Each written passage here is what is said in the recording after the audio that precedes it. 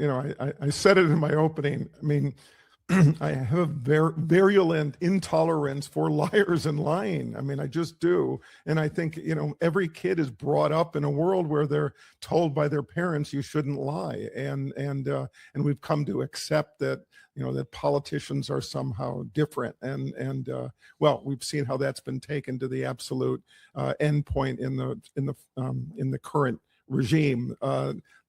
The sixth question, let me share the summary of of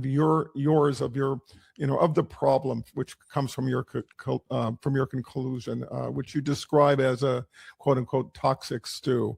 Here's the quote: "Our system of government built on checks and balances has faltered in the face of a political culture increasingly indifferent to truth and with no functioning forum to separate fiction from fact. Combine this with the balkanization of news, the rise of Silicon Valley robber barons wielding algorithms that skew our impressions of reality, and the hegemony of an executive power over the other branches of government."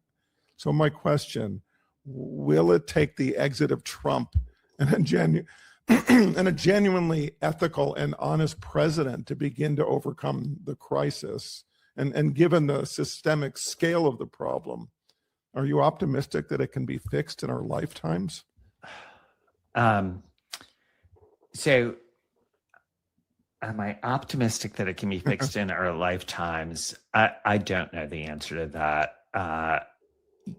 There are many, many disadvantages of aging, and I'll tell you one of the advantages, which is in whatever remaining time that I have here, that's what I'm going to be trying to do. Thank you. As I keep saying to my nephew, is like, I don't know how we screwed this up that badly. But the idea of leaving the country in this state to the next generation of that is so fundamentally upsetting that it's like, this is what I want to do with my time. And I don't think I'm in any way unique to that.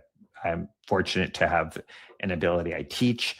I do work for MS Now, so I have the ability to speak about it. I have this wonderful podcast host, Mary McCord, on Main Justice, so we have the ability to try and translate what's going on legally to a lay audience.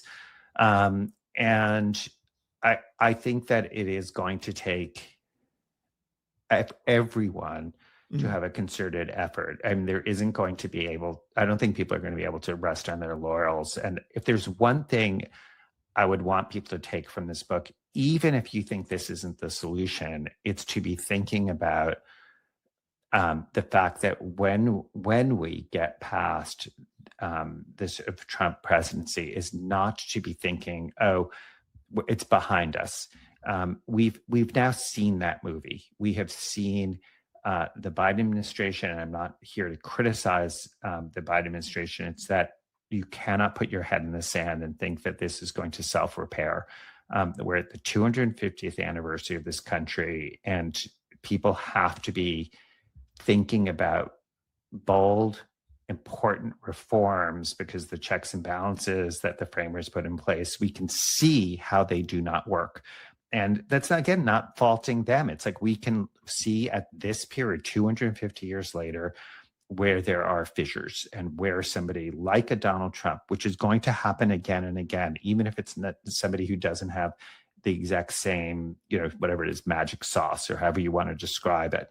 But there are going to be people who are emulating him because he was successful. And so we have to be able to think our way out of this in terms of structural reform, whether it's the Supreme Court, whether it's DOJ, whether we have more institutions like the Federal Reserve. I mean, you could go on, and I wanted to start the conversation on something I cared about, which is the political lies and a way that I could see us moving forward, either at the federal or state level. Well, there's no normal to return to, and the opportunity for institutional changes become critical. I do think about who followed Richard Nixon? Well, Jimmy Carter. What was Jimmy Carter promising? He was promising, he wouldn't lie that the country needed that. So I'm at least hoping that part of the movement forward is an ethical and honest person in the White House, and ethical and honest people being elected to public office, where public servants understand their responsibilities to the public, which obviously we've gotten away from. But part of it is obviously to have the structures in place that help to offset that, which is why, again, everyone should read Liar's Kingdom, because you really do provide specific responses, specific ways to address it. So I really appreciate that.